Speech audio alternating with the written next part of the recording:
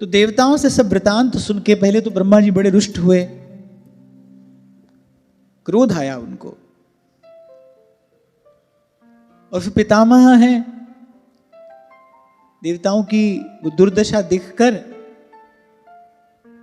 दया भी आई, उनके हृदय में करुणा का उद्रेक भी हुआ। पर ब्रह्मा जी ने यह अवश्य कहा कि जो तुमने किया है वो अत्यंत निंदनीय कर्म है। ऐश्वर्य के मद में अंधे होकर एक ब्रह्मज्ञानी वेदज्ञ संयमी ब्राह्मण का सत्कार तो किया नहीं, अभी तो उसका अपमान कर दिया। साधारण भी कोई अतिथि स्वरूप यदि आ जाए तो उसका सम्मान करना, उसका सत्कार करना यह धर्म है। अतिथि देवो भव। पुराने समय में तो घरों के बाहर लिखा रहता था अतिथि देवो भव, माने एक संदेश होता था गृह स्वामी की ओर से कि हमारे यहां पर अतिथि का देव स्वरूप सम्मान किया जाता है। द्वार पर लिखा रहता था अतिथि देवो भव। ये बात दूसरी है, आज कुत्तों से सावधान लिखा रहता है, गेट के बाहर बोर्ड लगा रहता है कुत्तों से सावधान, माने समझ कर आना। और मनुष्य को लगता है देखो हमारा विकास हो रहा है, ये हमारी उन्नति हो रही है। जहां घर के द्वार पर देवता स्थान पाते थे वहां घर के द्वार पर कुत्ते हैं, मनुष्य को लगता है हमारी उन्नति हो रही है। अगर ये उन्नति है फिर ह्रास किसको कहते हैं? एक बार बुद्धिजीवियों को इसका विचार जरूर करना चाहिए। तो साधारण भी कोई अतिथि आ जाए तो अतिथि देवो भव, ये वैदिक सनातन पद्धति है, ये ऋषियों की परंपरा है, इसका सम्मान किया जाना चाहिए। और फिर ब्राह्मण हो, संत हो, फिर तो कहना ही क्या है।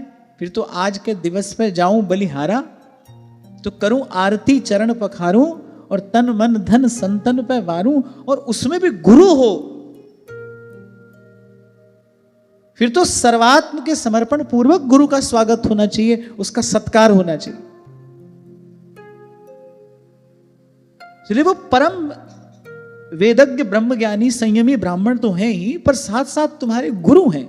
तुमने केवल अतिथि का ही नहीं, तुमने केवल एक तत्वज्ञ संयमी ब्राह्मण का ही नहीं, अरे तुमने तो अपने गुरु का तिरस्कार कर दिया है। तुम्हारे इस अपराध का शमन होगा किस प्रकार से? संत ही कहते हैं कि हरि रूठे गुरु ठौर है। ठाकुर जी रुष्ट हो जाएं तो जीव गुरु की शरण में चला जाए तो उसको अभय दान मिलता है। हरि रूठे गुरु ठौर है, अरे गुरु रूठे नहीं ठौर, गुरु स्त्राता गुरु स्त्राता गुरु स्त्राता न संशयः। तुमने उसी गुरु का अपमान कर दिया ऐश्वर्य के मद में अंधे होकर। एक बात सदा सर्वदा स्मरण रखनी चाहिए, मुझको, आपको, हम सबको। हम में कोई भी गुण है, हम में कोई भी प्रतिभा है, मान लो कोई बड़ा विशेष गुण है, बड़ी विशेष प्रतिभा है, पर एक बात सदा याद रखें कि हमसे कहीं अधिक प्रतिभाशाली लोग यहां कल भी थे, आज भी हैं और कल भी होंगे। ये बात दूसरी है, भगवान की इच्छा से किसी की प्रतिभा प्रकट हो जाती है, किसी की प्रतिभा अप्रकट रहती है। पर ये कभी नहीं भूलना चाहिए, हम में यदि कोई विशेष गुण विशेष प्रतिभा है वो अभिमान का कोई कारण नहीं है। पहली बात तो भगवान का प्रसाद है, पहली बात तो भगवान का प्रसाद है। और दूसरी बात, जब हम हैं, हमारे साथ साथ हमसे कहीं अधिक प्रतिभाशाली लोग भी यहां पर हैं, कल भी थे और आगे भी होंगे।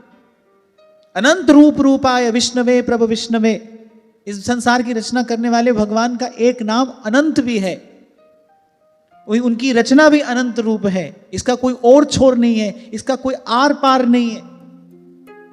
श्री गुरु नानक देव जी महाराज अपनी वाणी में कहते हैं, बोले इस आकाश के ऊपर लाखों आकाश और इस धरती के नीचे लाखों पाताल हैं।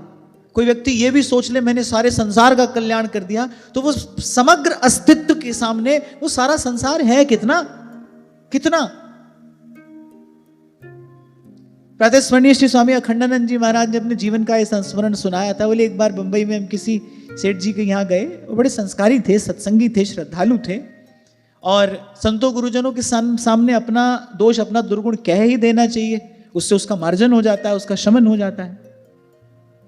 थोड़ी देर का सत्संग हुआ, चर्चा हुई उनसे। बहुत बड़े सेठ थे, बड़े समृद्ध व्यक्ति थे। मैंने बंबई में उनके समान कुछ एक ही लोग थे, अत्यधिक धन संपत्ति सब कुछ था, लेकिन वो संस्कारी थे। उन्होंने अपने मन की बात श्री स्वामी जी के चरणों में कह दी।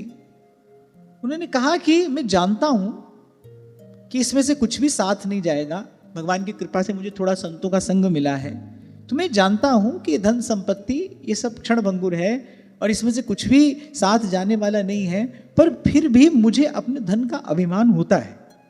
मैं इस अभिमान से अपने आप को मुक्त नहीं पाता हूं। आप मुझे कोई उपाय बताइए जिससे मैं इस अभिमान से मुक्त हो जाऊं। जैसे स्वामी जी ने कहा तुम्हारे यहां भारत का नक्शा है। बोले भारत का क्या, मेरे यहां तो संसार का भी नक्शा है, उठा लाए।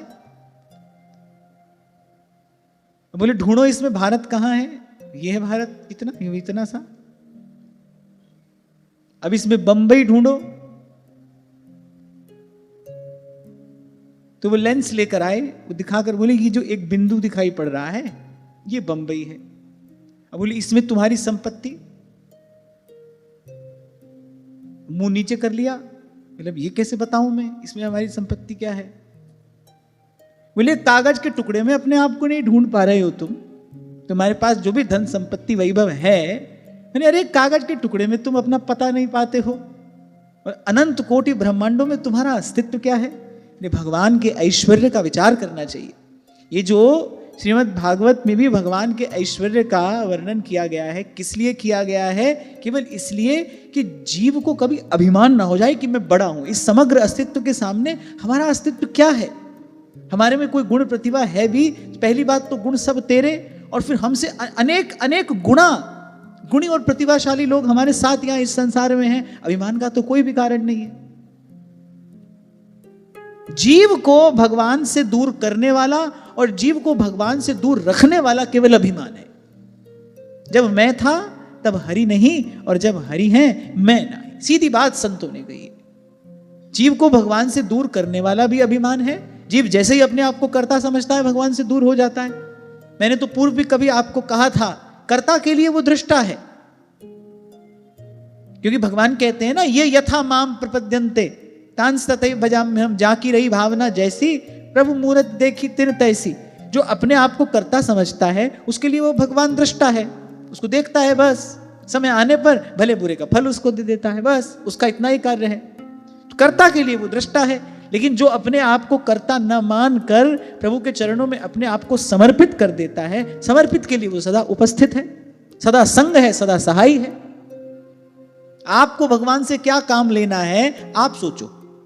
आपको भगवान से केवल इतना ही काम लेना है, भाई हम करते रहें, भरते रहें, भगवान समय आने पर भले बुरे का हमको फल देते रहें, तो इसके लिए भी तैयार हैं। इसमें बल्कि उनको कम ही मेहनत करनी पड़ती है, केवल बैठकर तुमको देखना ही तो है।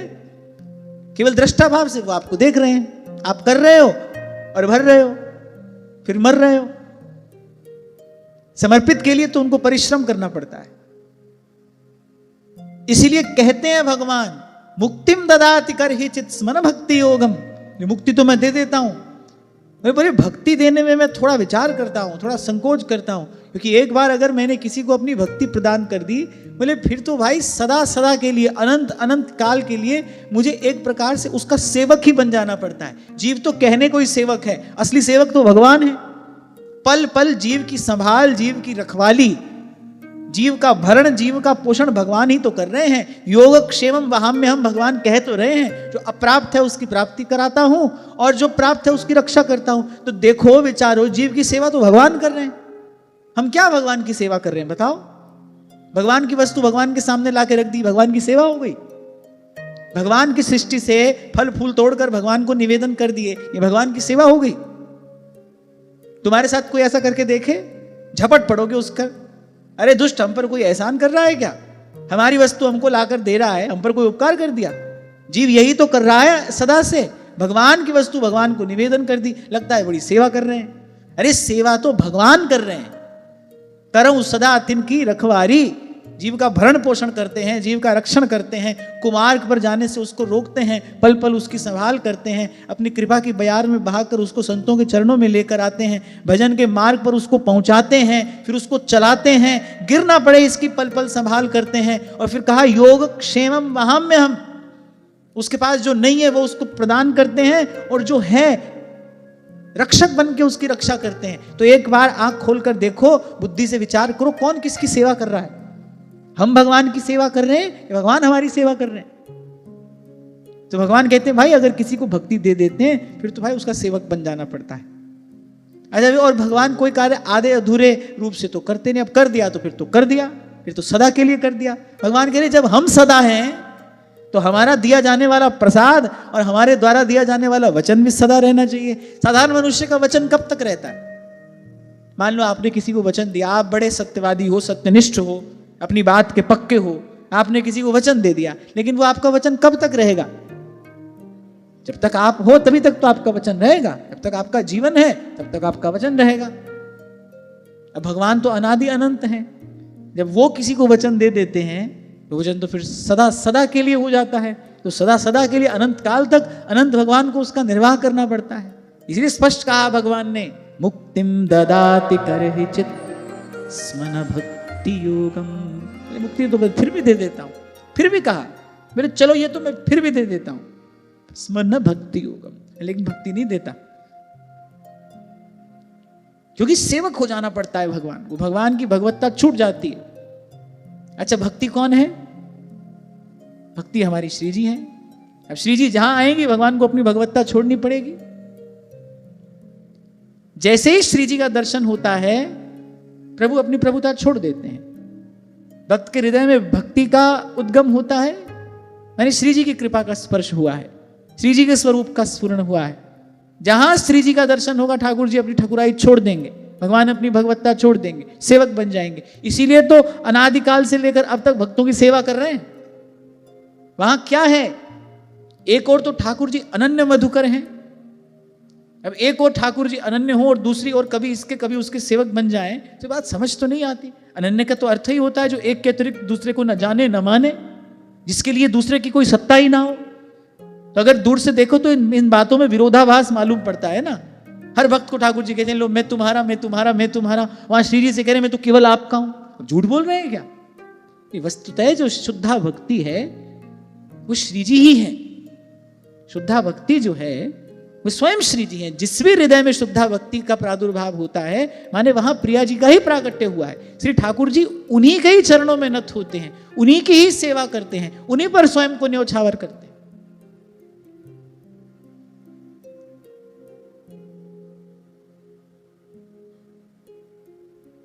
तुम कहां से चले थे, कहां आ गए?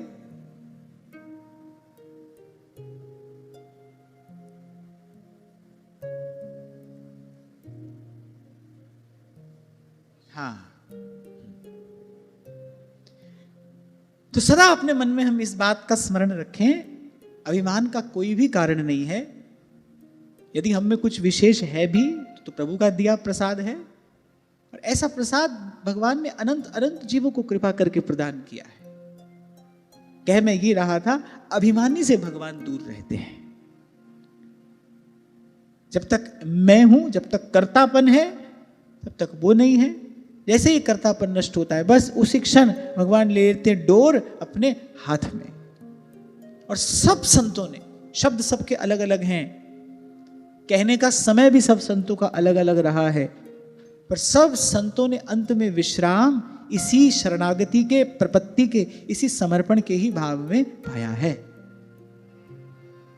जो करावे सोई करना, जो करावे सोई करना, नानक दास तेरी सरना। प्रभु डोरी हाथ तुम्हारे, प्रभु डोरी हाथ तुम्हारे, प्रभु डोरी हाथ तुम्हारे। तो मैं कह ये रहा था कि आप देखो आपको भगवान से क्या काम लेना है। आप चाहते हो केवल दृष्टा बने रहें, समय पर आप फल देते रहें, तो तैयार है, इसके लिए प्रसन्न है इसमें। वो तो आप चाहते हो वो पल पल आपकी संभाल करें, आपके जीवन की डोर अपने हाथ में ले लें, वो आपके रथ के सारथी बन जाएं, फिर पूर्ण समर्पण की अपेक्षा है उनको। तो ब्रह्मा जी ने कहा कि देखो इसी अनीति का फल है। टूटे फूटे आए थे सब देवता, साधारण शस्त्रों से दानवों ने पराजित कर दिया। श्रीहीन हो गए, शक्तिहीन हो गए, ऐश्वर्यहीन हो गए, विभूतिहीन हो गए, कांतिहीन हो गए, क्षीण हो गया देवत्व। एक और बात सदा स्मरण रखें, जीवन में जो भी शुभ है, मंगलकारी है, पवित्र है, कल्याणकारी है, विशिष्ट है, उसके मूल में आशीर्वाद है और कुछ नहीं। उसके मूल में संतों गुरुजनों का आशीर्वाद है, कृपा है। तो ब्रह्मा जी ने कहा देखो ये जो किया उसी का परिणाम है कि तुमसे दुर्बल निर्बल होते हुए भी तुम्हारे शत्रु ने तुमको कितनी सहजता से परास्त कर दिया। और बोले यही कार्य एक बार उन्होंने भी किया था, दैत्यों ने भी एक बार दैत्य गुरु शुक्राचार्य का तिरस्कार कर दिया था और अत्यंत निर्बल हो गए थे। बोले तुमने देखकर भी नहीं सीखा। एक और बड़ा दोष है, जब व्यक्ति विषय भोग में रत हो जाता है ना, तो वो आसपास घटने वाली घटनाओं से, क्योंकि बुद्धि जड़ हो जाती है ना, उसमें सीखने की क्षमता नहीं रहती, तो वो आसपास घटने वाली घटनाओं से कुछ भी सीख नहीं पाता। अब हम सोचें हम तो ऐसे नहीं है, नहीं सभी ऐसे ही हैं, सभी ऐसे ही हैं। हर रोज अपने आसपास किसी को मरता देख रहे हैं, हमको लगता है कि नहीं अभी हमको तो बहुत देर है, अभी तो 10 20 50 साल और हैं हमारे पास। हर व्यक्ति को भीतर से यही लगता है, अरे मेरे पास अभी बहुत समय है। ये बड़े आश्चर्य की बात है, प्रत्येक व्यक्ति को लगता है कि नहीं अभी तो हमारे पास बहुत समय है। जबकि संत कहते हैं भजन करना हो तो 2 बातों को याद रख, जो चाहे कल्याण। नारायण स्वामी कहते हैं अगर भजन करना है ना, फिर तो इस भाव का अभ्यास करना चाहिए कि 2 बातन को याद रख, जो चाहे कल्याण, नारायण एक मृत्यु को और दूजे श्री भगवान। हमको दोनों ही बातें याद नहीं है, कैसे कल्याण हो भाई, और कैसे कहें हम कल्याण कामी हैं, कैसे कहें हम साधक हैं, को दोनों ही बात याद नहीं है। ईमानदारी से आज जाकर सोचना, आंख बंद करके देखो, लगता है मरने वाले, नहीं अभी तो बहुत समय है, अभी कहां मर जाएंगे।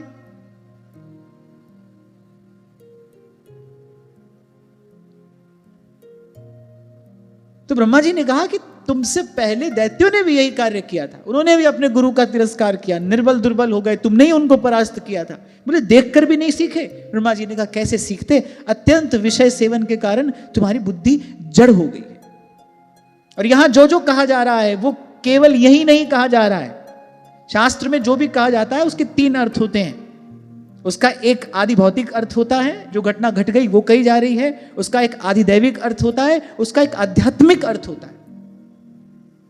प्रत्येक श्लोक के 3 अर्थ हैं। इसका एक आध्यात्मिक अर्थ है, एक आदि दैविक अर्थ है। ये बात हमको भी कही जा रही है।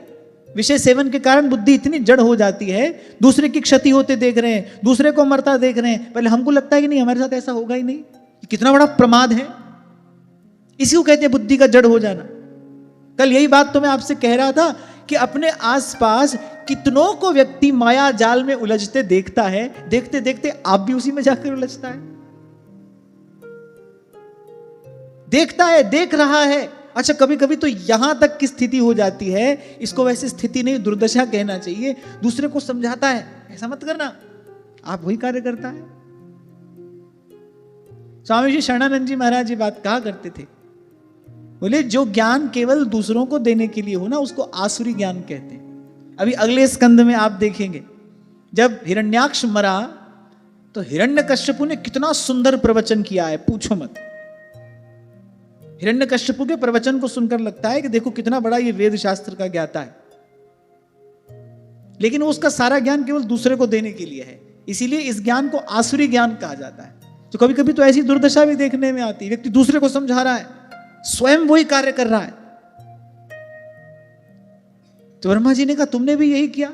अरे तुमने देखा था जब तुम्हारे शत्रुओं ने दैत्य गुरु का तिरस्कार किया और जब वो उस अपराध के परिणाम स्वरूप निर्बल हो गए, तुमने उनको परास्त कर दिया था। बोले आज तुमने स्वयं वही अपराध कर दिया।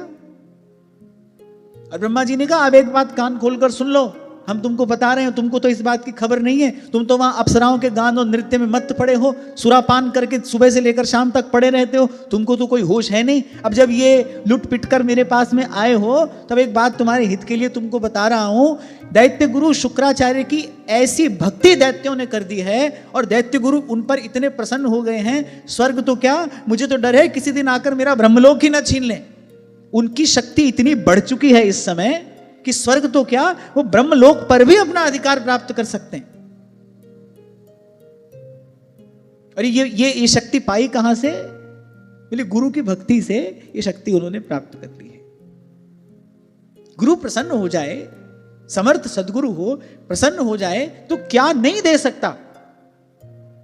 आप एक बार व्यवहारिक दृष्टि से देखो इस घटना का, आप एक बार केवल व्यवहारिक दृष्टि से विचार करो। श्री महाप्रभु जी के दर्शन से पहले नरवाहन जी का जीवन कैसा है?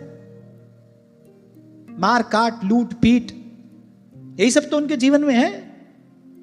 घोर तमोगुण से भरा हुआ उनका जीवन है। प्राण लेने में उनको एक क्षण नहीं लगता किसी के।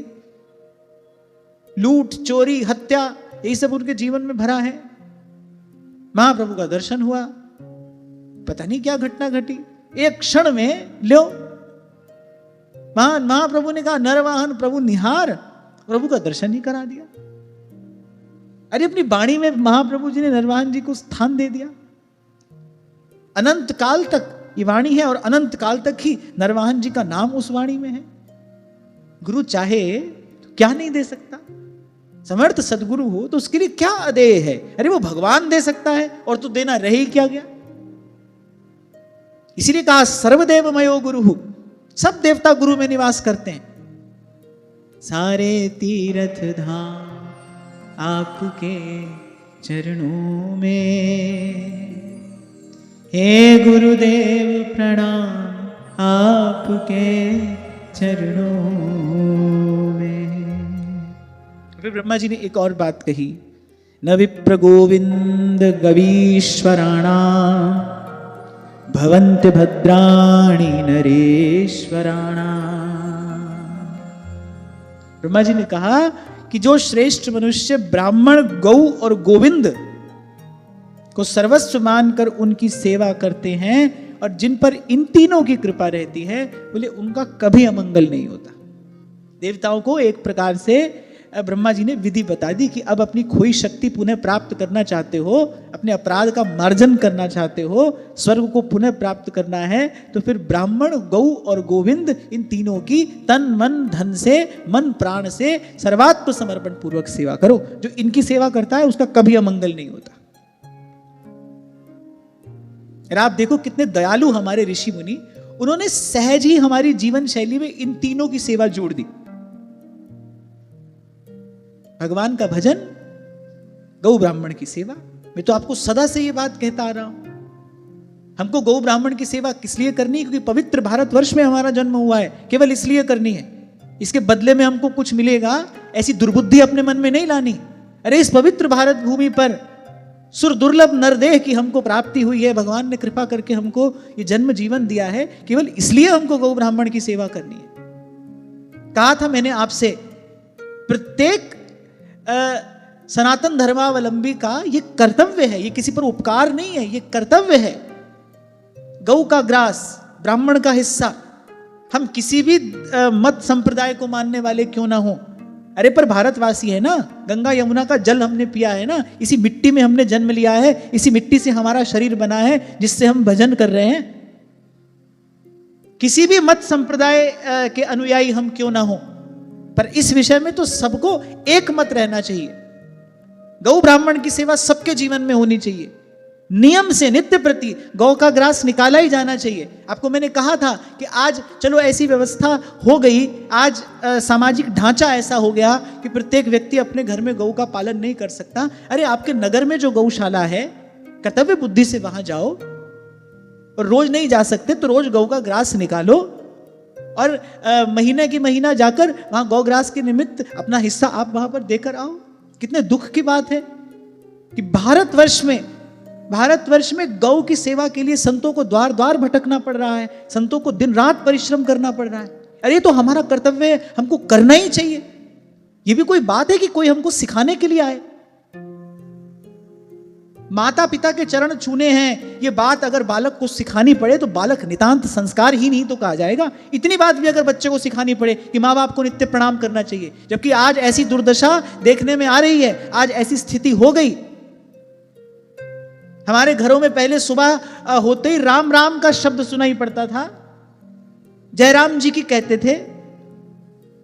अड़ोसी पड़ोसी ग्रामवासी कोई भी मिल जाए, मिलते ही सबसे पहली बात यही तो कहते थे, जयराम जी की, राम राम जी, जयराम जी की। राम के नाम से मंगलमय आरंभ होता था। आज देखो घरों में सुबह उठते ही हाय मम्मी, हाय पापा। हमारे यहां जब कोई मर जाता था ना, तब हाय हाय की जाती थी। आप देख लो, पढ़ लो,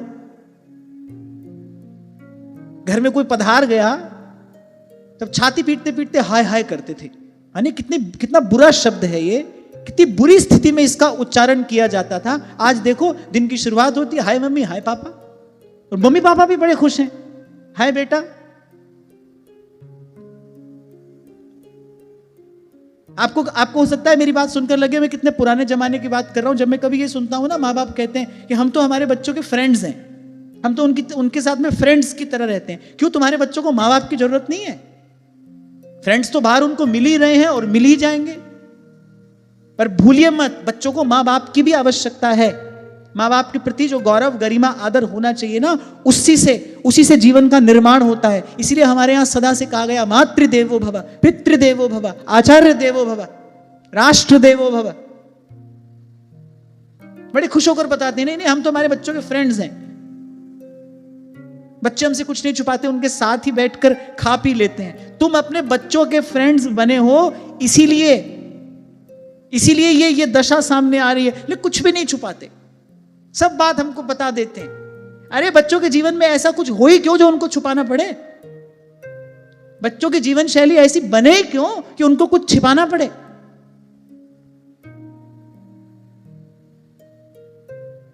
तो ये बात ब्रह्मा जी ने केवल देवताओं से नहीं कही, आपसे हमसे भी कही जा रही है। गौ, ब्राह्मण और गोविंद, इन तीनों का भजन, तीनों की सेवा, इनका आश्रय जिसके जीवन में होगा उसका कभी अमंगल नहीं हो सकता। और मैं प्रणाम करता हूं हमारी ऋषि परंपरा को, जिन्होंने कृपा पूर्वक सहज ही ये तीनों बातें हमारे जीवन में हमको प्रसाद स्वरूप दे दी थी।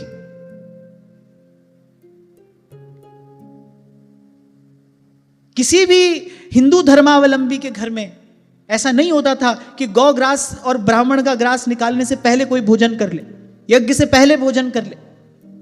वृक्ष कोई भी हो, लेकिन यदि अपने मूल से हट जाए तो कभी हरा भरा नहीं रह सकता। मैं कहीं भी किसी अन्य मत विचार की अवहेलना, निंदा या खंडन बिल्कुल भी नहीं कर रहा हूं, और मैं तारतम्य बिठाने के लिए भी नहीं बैठा हूं, हम बड़े हैं कोई और छोटा है। मैं तो केवल ये कहना चाह रहा हूं कि ये परंपराएं, ये संस्कृति हमारा मूल है। हमको यदि हरा भरा रहना है, हमको यदि फलते फूलते रहना है, हमको यदि उन्नति करनी है, तो हमको अपने मूल से जुड़ा रहना पड़ेगा ना। हमको अपने मूल का सिंचन करना पड़ेगा ना। जिस देश में हमारा जन्म हुआ, जिस कुल परंपरा में हमारा जन्म हुआ, हमको उसका आदर करना पड़ेगा ना। मैं बिना ये कहे, क्योंकि कभी कभी ये भी कहा जाता है ना कि दूसरे को छोटा बताकर हम अपने आप को बड़ा बनाना चाहते हैं। मैं किसी को छोटा नहीं कह रहा हूं, सबका आदर सम्मान करते हुए, वासुदेव सर्वम, जो भी है सब भगवान की लीला है। पर हमको तो भाई इस देश में, इस ऋषि मुनियों की परंपरा में जन्म मिला है ना, हमको तो अपने मूल का सिंचन करना है। तो बड़ा मूल्यवान सूत्र यहां ब्रह्मा जी ने देवताओं को दिया। बोले अगर अपनी खोई शक्ति पुनः प्राप्त करना चाहते हो, अगर असुरों पर विजय प्राप्त करना चाहते हो, यहां गूढ़ार्थ क्या है? आज प्रत्येक मनुष्य आसुरी वृत्तियों से पीड़ित है कि नहीं? घोर रजोगुण और तमोगुण से जीवन भर गया है कि नहीं? सत्वगुण परास्त प्राय हो गया है कि नहीं? देवत्व क्षीण हो गया है कि नहीं? यदि हम भी अपनी आसुरी वृत्तियों को पराजित करना चाहते हैं, तो ब्रह्मा जी कह रहे हैं कि गौ, गोविंद और ब्राह्मण की सेवा से इन आसुरी वृत्तियों को परास्त किया जा सकता है। सत्वगुण प्रधान जीवन प्राप्त किया जा सकता है। सत्वगुण प्रधान जीवन अर्थात भगवत भजन करने योग्य जीवन प्राप्त किया जा सकता है। और फिर कहते हुए आगे बढ़ूंगा कि गौ का ग्रास ये आपका मेरा कर्तव्य है। नियम बनाइए, नियम से 10 रुपए निकालिए। और मैं ये नहीं कहूंगा कि आपको कहां देना है, आप जहां रहते हैं वहीं शहरों में आज खूब गौशालाएं हैं, लोग गौ सेवा कर रहे हैं, वहीं जाइए, उसको दीजिए, अपने कर्तव्य का पालन करिए।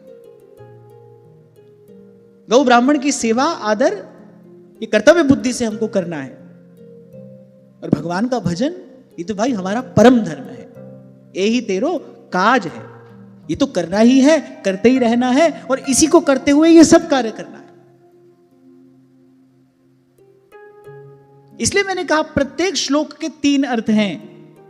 एक तो आदि भौतिक अर्थ है, एक तो ये जो कथा है जो आप सुन रहे हैं, एक काल में ऐसी घटना घटी, देवता गए ब्रह्मा जी के पास रोते पीटते, ब्रह्मा जी ने उपाय बताया, एक तो ये घटना घट गई। एक उसका आदि दैविक अर्थ है, ये घटना हमारे भीतर भी घट रही है। गुरु ने कहा भजन करो, गुरु ने कहा बेटा भजन करना, इस असार संसार का त्याग करके भगवान पर दृष्टि रखकर भजन करना। नहीं किया, गुरु का तिरस्कार हुआ कि नहीं हुआ? अब गुरु का तिरस्कार होने से क्या होगा? जो आसुरी वृत्तियां हैं वो प्रबल होंगी, सत्वगुण शिथिल पड़ जाएगा, देवता परास्त हो जाएंगे। देवता दानव भी तो भीतर ही हैं, देवता भी हैं और दैत्य भी हैं। देवता परास्त हो जाएंगे, दैत्य जीत जाएंगे, जीवन की दुर्दशा हो जाएगी, आदि व्याधि उपाधि से घिर जाएगा जीवन। उससे त्राण पाने का, उससे छुटकारा पाने का उपाय ब्रह्मा जी बता रहे हैं। भज गोविंदम भज गोविंदम गोविंदम भज मूढ़। अगली बात बड़ी महत्वपूर्ण है। पहले तो ब्रह्मा जी ने कहा ये कार्य करो, गौ ब्राह्मण और गोविंद की सेवा करो। तद्विश्वरूपं भजताशु विप्रं तपस्विनं त्वाश्रमथात्मवन्तं सभाजितोऽर्थान् सविधास्यते वो यदि क्षमिष्यध्वमुतास्य कर्म। ब्रह्मा जी ने कहा लेकिन ये सब बिना गुरु के करोगे कैसे? उपासना करने के लिए उपासना पद्धति की आवश्यकता है। सांगोपांग उपासना के लिए क्या चाहिए? रुदास जी महाराज ने बताया ना, यदि सांगोपांग उपासना करनी है क्या चाहिए? इष्ट गुरु मंत्र और अनुकूल संग। अब ब्रह्मा जी ने कहा गुरु का तुमने अपमान कर दिया, गुरु का तुमने अनादर कर दिया, गुरु तुमसे रूठ कर चले गए, अच्छा ढूंढा मिले नहीं। यहां एक और बात है जो कही तो नहीं गई है पर दिखाई पड़ रही है। आप देखो, इसीलिए गोस्वामी जी कहते हैं देवता स्वभाव से ही स्वार्थी होते हैं। गुरु के प्रति श्रद्धा तो है लेकिन सकाम श्रद्धा है। किस लिए? क्योंकि गुरु के आशीर्वाद से ये सब मिल रहा है। अब यदि गुरु से प्रेम होता तो कहते भाई मर जाएंगे जब तक गुरु जी मिलेंगे नहीं, तब तक चैन से बैठेंगे नहीं। अब ब्रह्मा जी ने क्या कहा? बोले देखो गुरु तो है नहीं तुम्हारे पास, अब तुम त्वष्टा के पुत्र विश्वरूप के पास जाओ, उनकी सेवा करो, उनको गुरु के रूप में, पुरोहित के रूप में वर्ण करो, जाओ तुम्हारा काम बना देंगे। देवता बड़े खुश हो गए। Sometime there is a story between the lines. कहा नहीं गया है यहां पर कुछ भी, पर मैं विचार कर रहा था कि देवताओं की अपने गुरु में श्रद्धा है, वो भी सकाम श्रद्धा है। क्यों? क्योंकि भाई उनको पता है गुरु जी आशीर्वाद देंगे तो हम भरे पूरे रहेंगे, फलते फूलते रहेंगे। श्रद्धा भी है तो वो कारण से श्रद्धा है। गुरुदेव रुष्ट हो गए, चले गए, अगर गुरु के चरणों में प्रेम होता तो फिर तो भाई आमरण अनशन लेकर बैठ जाते देवता कि जब तक गुरुदेव प्रसन्न नहीं होंगे तब तक हम यहां से उठेंगे नहीं। ब्रह्मा जी ने कहा जाओ दूसरे को गुरु बना लो। बड़े खुश हो गए, वाह बड़ा अच्छा उपाय बता दिया, अब वहां चले जाते हैं। जबकि विश्वरूप कौन है? शत्रुओं के भांजे हैं, दैत्यों की बहन है रचना, उनका विवाह हुआ त्वष्टा के साथ, उनसे विश्वरूप की उत्पत्ति हुई। अब हैं तो शत्रु। अब ब्रह्मा जी ने कहा अगर थोड़ी देर के लिए ये बात भूल सको कि वो शत्रु पक्ष के हैं, बड़े तपस्वी हैं, ब्रह्म तेज से संपन्न हैं और परम संयमी हैं और तुम्हारा काम बना सकते हैं, सच्चे अर्थों में ब्राह्मण हैं, बोले जाकर थोड़ा समय उनकी सेवा करो, यदि उनको प्रसन्न कर लो तो तुम्हारा काम बना देंगे। देवता बड़े प्रसन्न हो गए। अब तुम सोचो, देवता बड़े स्वार्थी हैं, हम तो नहीं है, हम भी ऐसे ही हैं। मनुष्य यही तो करता है, जहां से काम बने भाई वो तो वहीं जाएगा, वहीं पे भीड़ मिलेगी। स्वार्थ लाग करहीं सब प्रीति। संत अपना अनुभव यूं ही थोड़ी कह रहे हैं।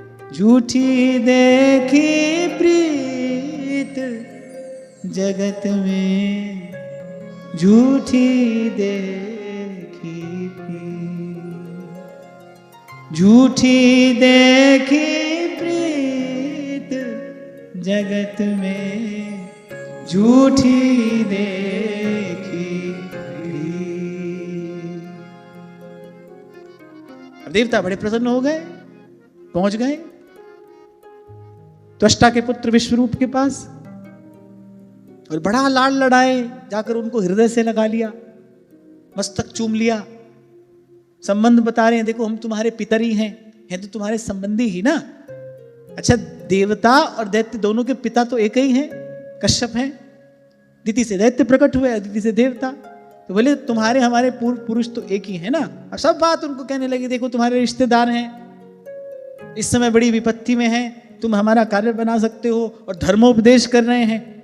बोले हमारे लिए तो तुम पुत्र के समान हो, और सब पुत्रों का सबसे बड़ा धर्म यही है कि अपने पिता की भी और अन्य गुरुजनों की भी सेवा करें। और जो ब्रह्मचारी हैं, तपस्वी हैं, ऋषि हैं, उनके लिए तो सब एक समान है, उनका तो कोई शत्रु मित्र होता नहीं। तो बोले इस समय तो तुमको हमारा कार्य कर ही देना चाहिए। अच्छा, देवताओं ने जो उपदेश दिया उसमें दो चार बातें बड़े काम की हैं, हमको भी सुन लेनी चाहिए। क्या कह रहे हैं? आचार्यो ब्रह्मणो मूर्ति, पिता मूर्ति प्रजापते, भ्राता मरुत्पतेर्मूर्तिर् माता साक्षात क्षितेस्तनु। बोले जो गुरु है ना, जो आचार्य है, वो साक्षात वेद की मूर्ति है। माने गुरु की सेवा हो गई, माने सब वेदों की सेवा हो गई।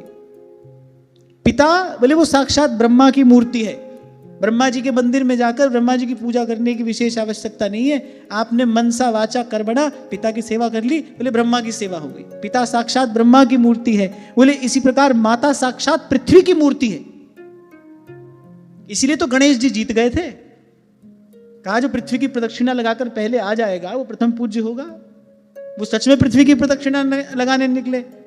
गणेश जी परम बुद्धिमान है, वही माता पिता की प्रदक्षिणा लगा ली। क्यों?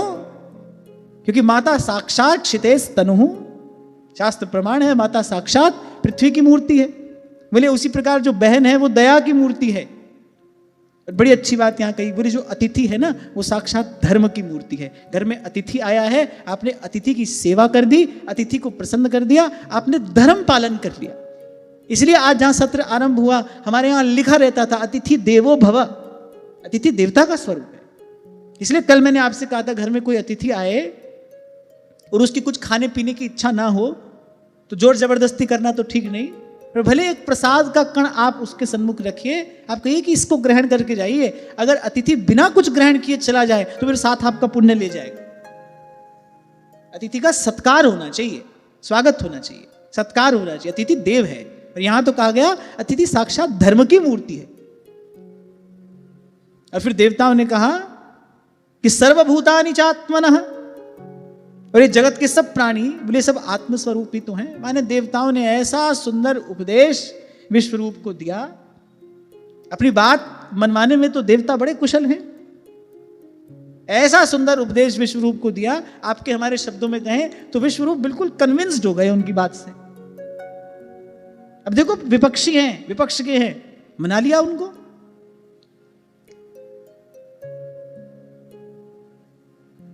अब फिर कहने लगे हम तुम्हारे पितर हैं, इस समय शत्रुओं ने हमें जीत लिया है, बड़े दुखी हो रहे हैं। पुत्र तुम अपने तपोबल से हमारा ये दुख दारिद्र्य पराजय टाल दो, और तुमको हम लोगों की आज्ञा का पालन करना चाहिए, क्योंकि हमने तुमको अनेक अनेक कारण प्रदान कर दिए। देखो यहां कितनी सुंदर बात है। देवताओं का दुख, देवताओं की दरिद्रता, देवताओं की पराजय, इस सब का नाश करने में कौन समर्थ है? भजन समर्थ है। क्यों आए हैं विश्वरूप के पास? क्योंकि वो तपस्वी हैं, संयमी हैं, वेद अग्नि की सेवा करने वाले हैं, तपोनिष्ठ ब्राह्मण हैं। इसीलिए सब बलों में सर्वश्रेष्ठ तप बल को ही कहा गया। आप देखो पुराणों में कथा पढ़ो, खटखट करता अपनी खड़ाओं से कोई तपस्वी ब्राह्मण आ जाता था ना, तो चक्रवर्ती के पद पर बैठा राजा भी भय से कांप जाता था कि कोई तपस्वी ब्राह्मण आ गया है, भाई इसको प्रसन्न कर देना चाहिए। यदि किसी भी प्रकार से ये रुष्ट हो गया तो ये सब वैभव एक क्षण में नष्ट हो जाएगा। सब बलों में सबसे बड़ा जो बल है वो तप का ही बल है, या और शब्दों में मैं कहूं, सरल शब्दों में मैं कहूं तो भाई भजन का ही बल सबसे बड़ा बल है। सूरदास जी बड़े चतुर हैं, भगवान का भक्त बड़ा चतुर होता है, इसीलिए कहते छोटे मोटे बल नहीं है और ना हमको इसकी आवश्यकता है। अपबल तपबल और बाहुबल, चौथो बल है दाम। सूर किशोर कृपाते सब बल, सूर किशोर कृपाते सब बल, हारे को हरिनाम सुनेरी मैंने निर्बल के बलराम, सुनेरी मैंने निर्बल के बलराम। कहा तुम ब्रह्मनिष्ठ ब्राह्मण हो, जन्मना ब्राह्मणो गुरु, और ब्राह्मण जन्म से ही गुरु होता है, तुम जन्म से ही हमारे गुरु हो। हम तुम्हें आचार्य के रूप में वर्ण करके तुम्हारी शक्ति से अपने शत्रुओं पर विजय प्राप्त करना चाहते हैं, यही हमारे मन का मनोरथ है और तुमको इसको पूर्ण करना चाहिए। और देवराज इंद्र ने एक बात और कही कि आवश्यकता पड़ने पर, अब व्यवहार जगत में भी बड़े काम की बात है, सुन लो। वो कह रहे हैं आवश्यकता पड़ने पर अपने से छोटे का पैर छूना भी निंदनीय नहीं है। आवश्यकता पड़ने पर अपने से छोटे के सामने भी यदि झुकना पड़े तो बोले झुक जाना चाहिए।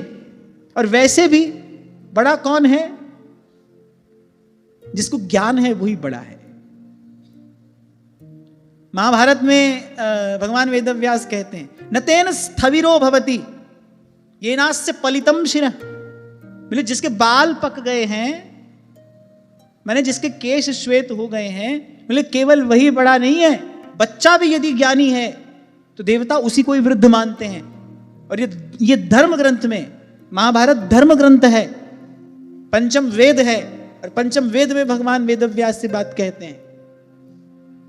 येनास्य पलितम शिरः, जिसके बाल पक गए, केश श्वेत हो गए, न तेन स्थविरो भवति, वही बड़ा नहीं है, वही वृद्ध नहीं है। बालों भी प्रजानाति, बच्चा भी यदि ज्ञानी है, ऋतम देवा स्थविरम विदुः। आप देखो सुखदेव जी महाराज जैसे ही सभा में आए, कितने बड़े बड़े तपस्वी ऋषि, ब्रह्मनिष्ठ, ब्रह्म तेज संपन्न, भगवत विभूति संपन्न महात्मा वहां बैठे थे। अरे स्वयं उनके पिता ही बैठे थे, भगवान वेदव्यास भी उस सभा में बैठे थे। जैसे ही श्री सुखदेव जी महाराज आए, सब अपने स्थान से उठकर खड़े हो गए। सबने प्रणति पूर्वक उनका अभिवादन किया, उनका अभिनंदन किया, उनको उच्चासन प्रदान किया। क्योंकि ज्ञान में सबसे बड़े हैं। और यहां देवराज इंद्र ने भी यही बात कही कि वेद ज्ञान को छोड़कर केवल अवस्था बड़प्पन का कारण नहीं है। बाल पक जाते हैं, शरीर जर्जर हो जाता है, व्यक्ति की वृत्ति वही तेरे मेरे में लगी रहती है। अब उसको बूढ़ा थोड़ी मानना चाहिए। हाँ ठीक है, अवस्था को देखकर प्रणाम कर दो,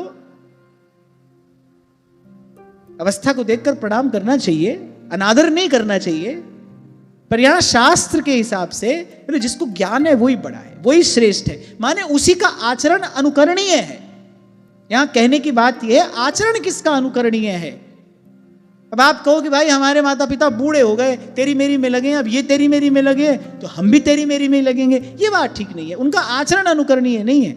उनका प्रणाम करो, उनकी सेवा करो, उनका सहयोग करो, लेकिन आचरण तो उसी का अनुकरणीय है जो ज्ञान में बड़ा है। यहां सार की बात यह है। अब विश्वरूप तो बहुत छोटी अवस्था के हैं, देवता तो बहुत बड़े हैं। और जब देवताओं ने यह कहा ना कि आवश्यकता पड़ने पर अपने से छोटों का पैर छूना भी निंदनीय नहीं है, तो ये कहकर मानो पैर छू ही तो लिया। जैसे किसी को आप थप्पड़ दिखा दो, तो दिखा दिया तो भाई आधा तो मारे ही दिया, जब दिखा दिया तो मारे ही दिया। ऐसे ही जब देवताओं ने यह कह दिया ना, अच्छा पांव छुए नहीं, छूते तो क्या होता। विश्व रूप के हित का विचार करके ही देवताओं ने चरण स्पर्श नहीं किए। अगर देवता चरण स्पर्श करते तो विश्व रूप का तप, उनका पुण्य क्षीण हो जाता। कोई बड़ा अगर आपको झुककर प्रणाम करे तो ध्यान रखना, आपका तप, आपका पुण्य क्षीण होता है। माता, पिता और आचार्य, इनको तो कभी भी किसी भी स्थिति में झुककर प्रणाम नहीं करना चाहिए अपने आश्रित जन को, अपने बालक को। इससे क्या होता है? इससे बालक का, इससे आश्रित का, इससे शिष्य का पुण्य क्षीण होता है। ऐसा कभी भी नहीं करना चाहिए, इसमें शास्त्र प्रमाण है। माता भी यदि बालक को आदर देने लगे, आदर पूर्वक संबोधन देने लगे, तो इससे क्या होगा? इस बालक का पुण्य क्षीण हो जाएगा। माता को ऐसा कभी नहीं करना चाहिए। किसी स्थिति में पिता ऐसा कर सकता है, पर माता तो कदापि नहीं कर सकती। गुरु तो कदापि कर ही नहीं सकता। गुरु को तो नहीं ही करना चाहिए। गुरु को तो सदा आशीर्वाद देना ही चाहिए। गुरु भीतर से बहुत प्रसन्न हो जाए, शिष्य का कोई गुण देखकर आनंद से भर जाए, तो भी उस स्थिति में मान लो मन में इच्छा हो और कोई सच्चा साधक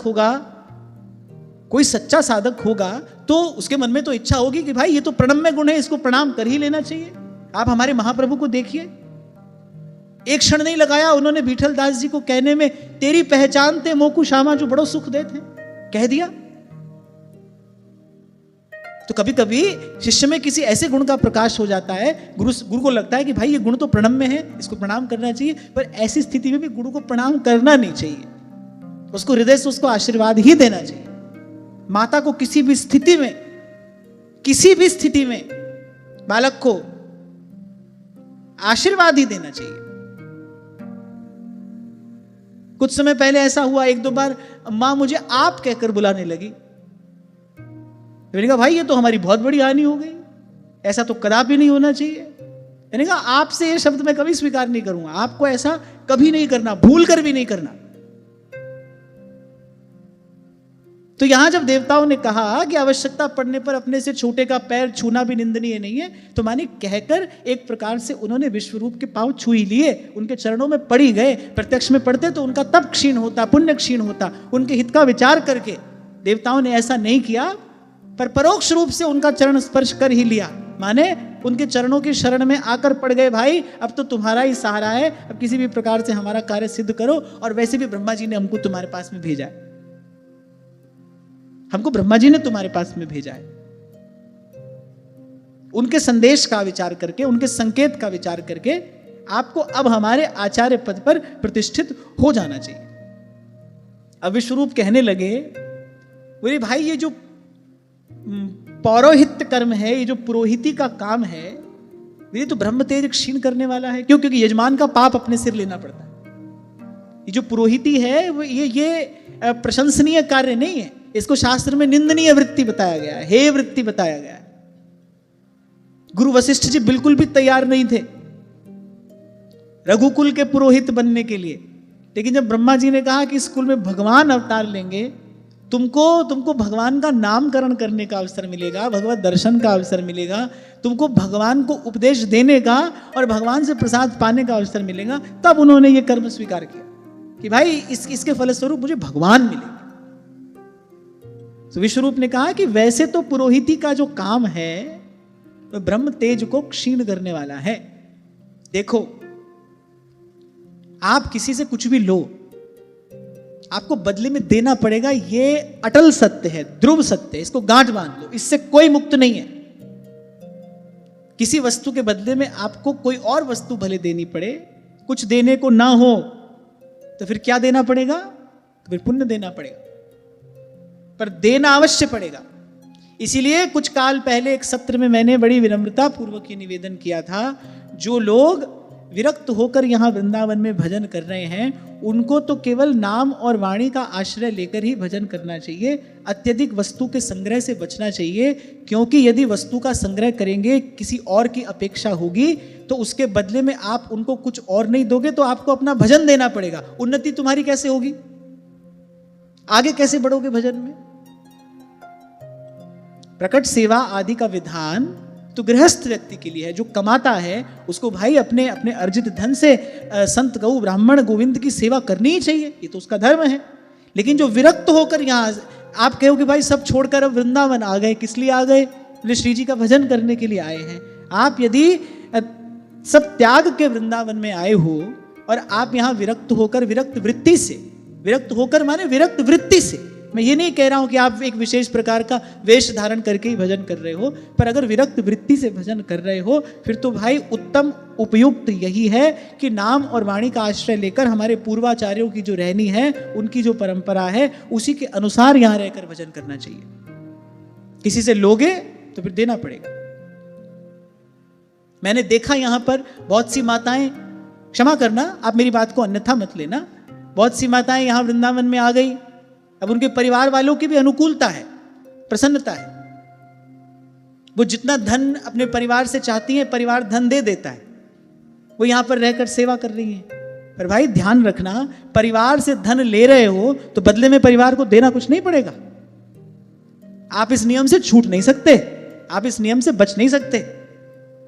आप उनके प्रति अगर अपने कर्तव्य का पालन नहीं कर रहे, फिर आपको क्या करना पड़ेगा? फिर आपको अपना भजन उनको देना पड़ेगा।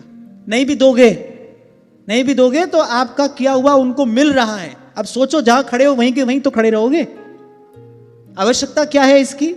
जब हमारे आचार्यों ने हमको मार्ग दे दिया कि भाई घरग्रस्त में रहते हो तो इस प्रकार सेवा करो, और यदि सब छोड़कर वृंदावन धाम का आश्रय लेकर भजन कर रहे हो तो फिर नाम वाणी जहां श्याम श्यामा तहां, नाम वाणी निकट श्याम श्यामा प्रगट।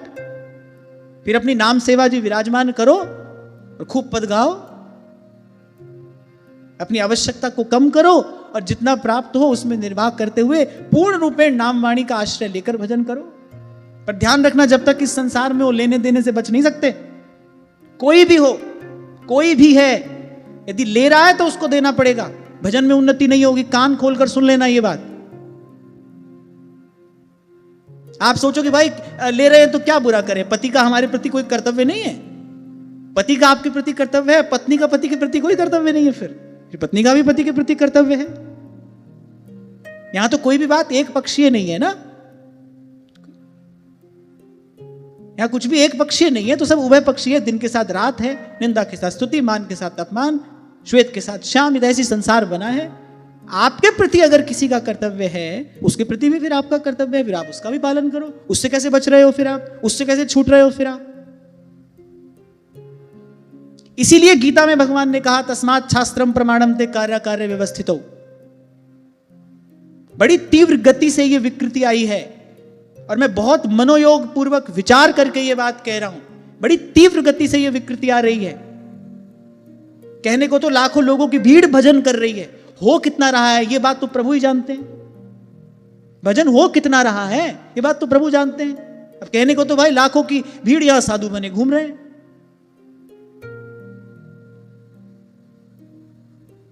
कल ही मैं आपसे कह रहा था ना कि किसी ने मुझसे कहा, बोले अब आप साधु हो गए क्या? नहीं भाई, अभी तो मुझ में इतना साहस आया नहीं है। साधु हो जाने से बड़ा क्या होता है? कुछ भी नहीं होता है। तो सबसे बड़ी उपलब्धि है, उससे परे तो और कुछ भी नहीं है। जब भगवान कह रहे मोते अधिक संत करी लेखा, अभी तो वैसी निरपेक्षता, अभी तो वैसी निष्प्रियता मैं अपने जीवन में देखता नहीं हूं। वो तो बहुत बहुत बड़ी नहीं, वो तो सबसे बड़ी बात है। और हम आंख बंद कर लें तो अंधेरा थोड़ी हो जाएगा। हमारे आंख बंद कर लेने से तो अंधेरा नहीं हो जाएगा ना। सत्य तो जैसा है वैसा था और वैसा रहेगा। और जिसको सत्य का आराधन करना है, जिसको सत्य के मार्ग पर चलना है, उसको सत्य को यथावत स्वीकार करना पड़ेगा। मैं कैसे कह दूं कि मुझे किसी से कोई लेना देना नहीं है? भाई आप सब लोग मिलकर सेवा करते हो, तभी तो ये सत्संग का कार्य चल रहा है। श्री जी आपको प्रेरणा करती हैं, आप सब मिलकर सेवा सहयोग करते हो, तो ये सब व्यवस्था यहाँ होती है। हम कैसे कहते हैं हमको आपसे कुछ लेना देना नहीं है? हम किसी से ले दे नहीं रहे, तभी तो ये सब चल रहा है ना। तो ये बड़े पते की बात है। पुरोहिती क्यों निंदनीय कर्म कहा? क्योंकि उसके बदले में अपना तेज, अपना भजन, अपनी तपस्या देनी पड़ती है यजमान को, और यही नियम संसार में है। बालक आ गए यहां पर भजन करने के लिए कि भाई हमारे माता पिता बड़े संपन्न हैं, माता पिता ने भी व्यवस्था कर दी। अब आप कर रहे हो क्योंकि ठीक है भाई, माता पिता का हमारे प्रति कर्तव्य है, तुम्हारा भी फिर कुछ कर्तव्य है ना माता पिता के प्रति। अब कोई अगला प्रश्न मुझसे ये कर सकता है, आप ही तो कहते हो भगवान का भजन परम धर्म है। यदि कोई बालक यहां पर आकर भजन कर रहा है तो क्या वो अपने माता पिता के प्रति अपने कर्तव्य का पालन नहीं कर रहा है? अवश्य कर रहा है, यदि वो वस्तुतः भजन कर रहा है तो। मैं केवल इतना कह रहा हूं कि भजन भजन कहा ना जाए, फिर भजन होना चाहिए। फिर हमारे पूर्वाचार्यों ने जो रहनी हमको रहने के लिए दी है, जो उनका कहना है, जैसा उनका रहना है, उस कहनी रहनी के हिसाब से फिर भजन होना चाहिए। भजन कर रहे हो फिर तो आपने अपना क्या, फिर तो यहां शास्त्र में ही लिखा है, फिर तो अपनी कितनी पीढ़ियों का आपने उद्धार कर दिया अगर भजन ही कर रहे हो तो। पर यहां पर सावधान रहने की आवश्यकता है, भूल ना हो। आप ये नहीं सोच सकते भाई ठीक है हम तो अब स्वतंत्र हो गए, हमको किसी से क्या लेना देना है, महीने की हर तारीख को हमारे बैंक में पैसा आ जाता है, खूब मौज उड़ाएंगे, यहाँ जो मन आएगा वो करेंगे, जो मन आएगा वो खाएंगे, जैसी हमारी इच्छा होगी वैसी रहेंगे। धन की व्यवस्था हो गई। इसका मतलब मूल में बात तो यही है ना कि जिसके पास धन है वो वृंदावन में आकर भजन करे, जिसके पास नहीं है वो बेचारा कहां जाए। इन सब बातों का विचार करने की आपको हमको आवश्यकता है और समय समय पर इसका विचार करते रहना चाहिए। किस लिए? ताकि हम सावधान रहें। किस लिए आए हैं यहां पर? और यदि कह रहे हैं कि सब छोड़कर यहां पर आए हैं तो फिर सब छोड़कर यहां पर आकर जो करने की आज्ञा दी गई है वही करना चाहिए। बस के वृंदा विपिन में इतनो बड़ो सयान, युगल चरण के भजन बिन निमिष न दीजे जान। महाराज जी बड़ा सुंदर उदाहरण मीरा जी के प्रसंग में मिलता है। अब वो चाहती नहीं थी कि उनका विवाह हो, पर भगवत इच्छा थी, उनका विवाह हुआ। लेकिन जब महाराज कुमार भोजराज रुग्ण हुए, जब युद्ध में उनको बाण लगा और वो घाव भरने में नहीं आ रहा था, बड़े काल तक उनको ज्वर रहा, वो पीड़ा में रहे, बाईसा ने तन मन प्राण से उनकी सेवा की। एक क्षण के लिए भी वो उनका संग उनका साथ छोड़ती नहीं थी। तन मन प्राण से उनकी सेवा की। क्यों? क्योंकि इन्होंने भजन में मेरा सहयोग किया है, ये भजन में मेरे सहयोगी हुए हैं। इस नाते इनकी सेवा करना, इस समय इनके शरीर को मेरी सेवा की आवश्यकता है, इस नाते इनकी सेवा करना ये मेरा धर्म है, ये मेरा कर्तव्य है। तन मन प्राण से बाईसा ने उनकी सेवा की और केवल शरीर की ही सेवा नहीं की, अपने इष्ट, अपने गिरधर गोपाल से प्रार्थना किया करती थी कि इन्होंने भजन में मेरा सहयोग किया है, इन्होंने मेरी भजन यात्रा सुगम की है, मुझसे पहले हे नाथ यही आपकी कृपा के पात्र है, मुझे बाद में स्वीकार करना, पहले आप इनको अपने चरणों में स्थान देना, इन पर अपनी कृपा दृष्टि करना, इनके अनुकूल होना। आप हर ओर से अपने कर्तव्य का पालन किया महाराज कुमार भोजराज के प्रति।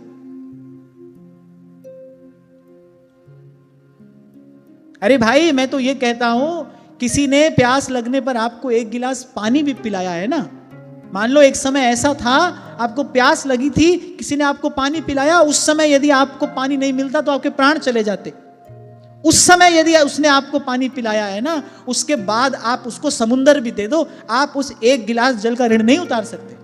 आपने भले उसको कुछ भी दे दिया, पर उसने समय पर आपकी प्राण रक्षा की है, उसका ऋण चुकाया नहीं जा सकता। और मुझे तो ऐसा लगता है भाई, इस विषमता से भरे संसार से मुक्त होने का यही उपाय है। इसी पवित्र भाव को अपने मन में धारण करके श्री स्वामी शरणानंद जी महाराज बार बार यही बात कहा करते थे, भाई इस संसार से मुक्त होने का उपाय केवल इस संसार की सेवा है। मुक्त होना चाहते हो इस संसार से, और मैं मरने के बाद की मुक्ति की बात नहीं कर रहा हूं, मैं जीवन मुक्ति की बात कर रहा हूं।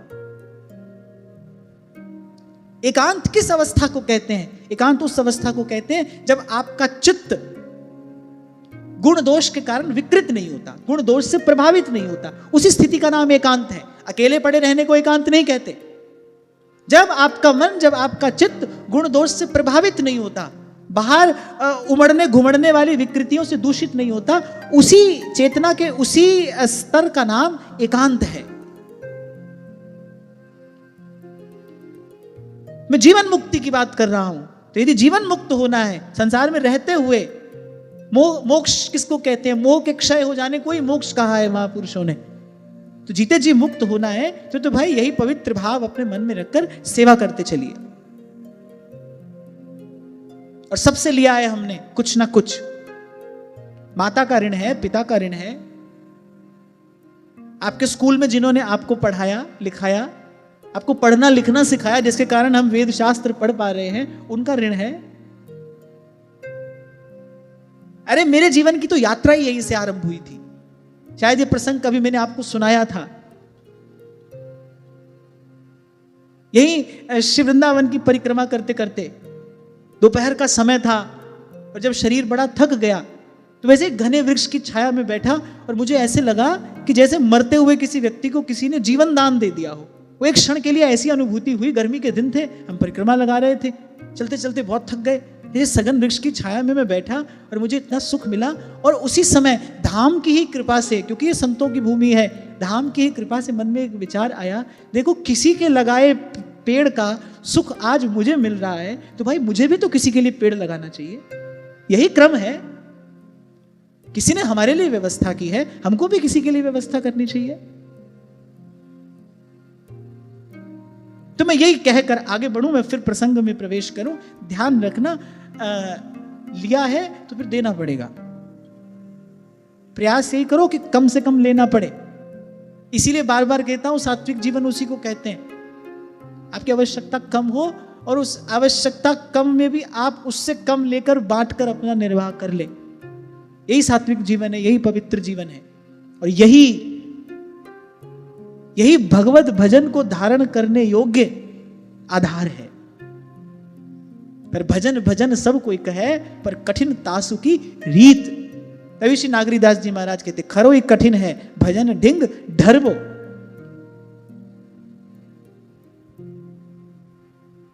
तभी सरल शब्दों में आपको कई बार कहता हूं, अपने हिस्से का सुख छोड़ो। अपना दुख तो व्यक्ति गा गा कर सुनाता है सबको, जहां अवसर मिलता है वहीं अपना दुख गाना आरंभ कर देता है।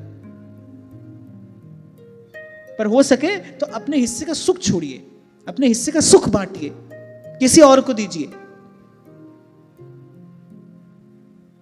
तो विश्वरूप ने कहा, विगर्हितं धर्मशीलैर ब्रह्मवर्च उपव्ययम् कथम नु मद्विधो नाथा लोकेशैरभियाचितम्।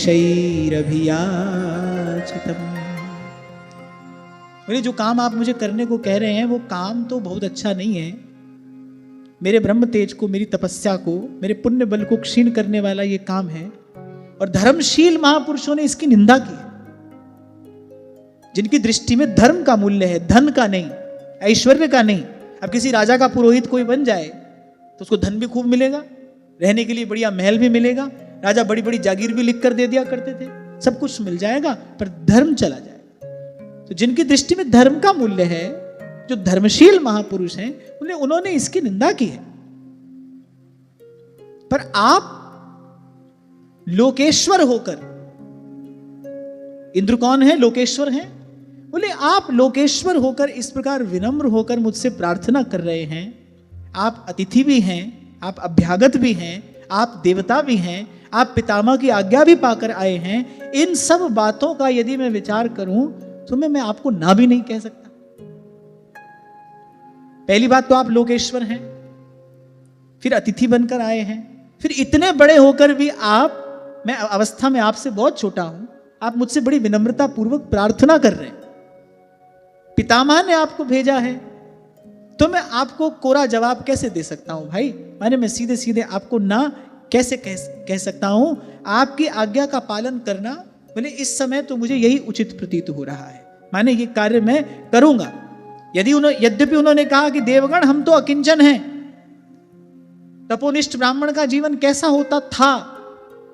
बोले खेती कट जाने पर, जब खेत से अनाज उठा लिया जाता है, बोले उसी से गिरे हुए कुछ दाने चुन लिए जाते हैं, बोले उसी से हम अपना देव कार्य पितृ कार्य सब संपन्न कर लेते हैं। बोले हमारी जीविका तो इसी प्रकार चल रही है। पर एक और बात, यहां वही बात पुनः आ रही है, अगर यहां वहां से लेते रहोगे तो भजन का और तप का बल बढ़ेगा कैसे? जिसको अपने तप का बल अर्जित करना है, जिसको अपना भजन बढ़ाना है, उसको तो भाई ऐसे रहना पड़ेगा। नहीं तो नहीं कहते ध्रुवदास जी कि दूजे तीजे जो जुरे साक पत्र कछु आए, कर ताही में संतोष कर रहे अधिक सुख पाए। कभी किसी तपस्वी ब्राह्मण का दर्शन करिए, ऐसा लगेगा जैसे वैराग्य मूर्तिवंत होकर खड़ा है। पसलियां गिन लो आप उसकी। मैंने दर्शन किया है ऐसे एक महात्मा का काशी में, आप पसलियां गिन लो उनकी। और समग्र वेद शास्त्र उनके कंठ में, और मस्तक पर ऐसा अद्भुत ब्रह्म तेज कि देवता भी सन्मुख आए तो उनको प्रणाम कर दे। और गात ऐसा बिल्कुल सूखा, तप का बल ऐसा, सूर्य के समान तेजस्वी। ऐसे गंगा किनारे उनका पवित्र दर्शन हुआ। आज श्रीमद् भागवत जी की कृपा से उनका फिर से स्मरण हो गया यहां पर। माने सामने खड़े हो तो आप उनके शरीर की पसलियां गिन लीजिए ऐसे, मांस के नाम पर कुछ भी नहीं, इसी वृत्ति से भजन करने वाले गंगा किनारे रहकर, और समग्र वेद शास्त्र कंठस्थ, मस्तक पर देदीप्यमान ब्रह्म तेज। और मैंने कहा ऐसे तेजस्वी कि देवता भी सामने आए तो एक बार तो झुककर प्रणाम कर दें। और यहां विश्वरूप कह रहे हैं कि हम तो इसी प्रकार अपनी जीविका का निर्वाह कर लेते हैं, हमको किसी से लेना देना नहीं। इसको शिलोंच वृत्ति कहते हैं। अनेक अनेक प्रकार की वृत्तियों में यह शिलोंच वृत्ति है। जो दाने गिर गए, फसल कट गई, किसान ने जो दाने उठा लिए, फिर उसमें से जो बचे हुए कुछ दाने रह गए, फिर उसी से हम अपना यज्ञ आदि कर्म भी कर लेते हैं, देव कार्य पितृ कार्य भी कर लेते हैं, उसी से अपना निर्वाह कर लेते हैं। ये और हम इसमें बड़े संतुष्ट हैं, भजन का आनंद ले रहे हैं, अपनी तपस्या में प्रमुदित रहते हैं। ये निंदनीय वृत्ति मैं करूं क्यों, ऐसा निंदनीय काम मैं करूं क्यों। यहां इतना और कह दिया, बोले ये सब काम वही करते जिनकी बुद्धि बिगड़ जाती है। बोले देव कृपा से हमारी बुद्धि तो शुद्ध है, पवित्र है, हमको ये सब काम करने की आवश्यकता नहीं है। ये चाहिए वो चाहिए, ऐसा भाव मन में आए समझ लो बुद्धि बिगड़ गई है। यहां ये बात कही जा रही है। हर बात के साथ कुछ बात है ना, जो अंबुज के पात में पात, पात में पात, और त्यों संतन की बात में बात, बात में बात। यहां ये बात कही जा रही है। ये भी चाहिए वो भी चाहिए, थोड़ा ये चाहिए थोड़ा वो, ऐसा मिल जाए वैसा मिल जाए। अगर ऐसा भाव मन में आए समझ लो बुद्धि बिगड़ गई। यहां कह रहे हैं कि जिनकी बुद्धि बिगड़ गई है ना, उन्हीं के मन में ये सब आता है। हम तो संतुष्ट हैं, हम तो खूब आनंद में हैं, भगवान की बड़ी कृपा है, तृप्त हैं। और जो काम आप मुझसे कराना चाहते हो वो बड़ा निंदनीय कार्य है। अच्छा देखो देवता क्या कराना चाहते हैं, आदर से ले जाएंगे, ऊंचे आसन पर बैठाएंगे, चरण धोएंगे, चरणामृत अपने मस्तक पर धारण करेंगे, जो भी आज्ञा विश्वरूप देंगे, जो आज्ञा कहकर देवता उसका पालन करेंगे। फिर भी विश्वरूप कह रहे हैं ये बड़ा निंदनीय कार्य है। क्यों? क्योंकि इसके बदले अपना भजन देना पड़ रहा है, इसके बदले अपना तप देना पड़ रहा है। आप कभी महापुरुषों का जीवन देखो, विचारो। श्री डोंगरी जी महाराज, श्री स्वामी रामसुखदास जी महाराज, श्री स्वामी रामसुखदास जी महाराज ने तो कभी अपना चित्र तक नहीं खींचने दिया किसी को, उनका कोई चित्र उपलब्ध नहीं है। श्री डोंगरी जी महाराज कभी किसी को अपना चरण स्पर्श नहीं करने देते थे। आपकी कोई पूजा कर रहा है तो आपके मन में गुदगुदी हो रही है, आप उसका बहुत मजा ना लो, वो बहुत कुछ लिए जा रहा है आपसे। इसीलिए कल आपसे मैं कह रहा था, गुरु तो भाई केवल भगवान ही हैं, वही समर्थ हैं। बड़ा प्रिय है मुझे ये प्रसंग। राजसूय यज्ञ में जब पूछा गया कि किसकी अग्र पूजा होनी चाहिए, सब फुदक रहे थे। शिशुपाल तो बहुत ही चिल्ला रहा था, पर जो बुद्धिमान थे ना, जिनको तत्व का ज्ञान था, जो पढ़े लिखे लोग थे, जिनकी बुद्धि शुद्ध सात्विक पवित्र थी, जो वस्तुतः तत्व के ज्ञाता थे, उन्होंने कहा पूजा के योग्य केवल भगवान हैं, पूजा के योग्य केवल वासुदेव हैं। जहां वासुदेव विराजमान हो वहां केवल उन्हीं की पूजा होनी चाहिए। अग्र पूजा का अधिकारी कौन है, यह प्रश्न था। जहां श्री कृष्ण विराजमान है वहां उनके अतिरिक्त किसी की पूजा नहीं होनी चाहिए। फिर मैं सोचता हूं कृष्ण कहां विराजमान नहीं है, वो स्वयं ही कह रहे हैं, बोले भाई हमको देखो मत देखो, हम हैं तो सही। हाँ, जो देख लेता है भगवान ने कहा वो महात्मा दुर्लभ है। वासुदेव सर्वमिति समहात्मा सुदुर्लभ। पर है तो सब जगह, और जब वो सब जगह है तो भाई पूजा के अधिकारी तो वही है। वही तो एक ऐसे हैं, उनसे जितना ले लो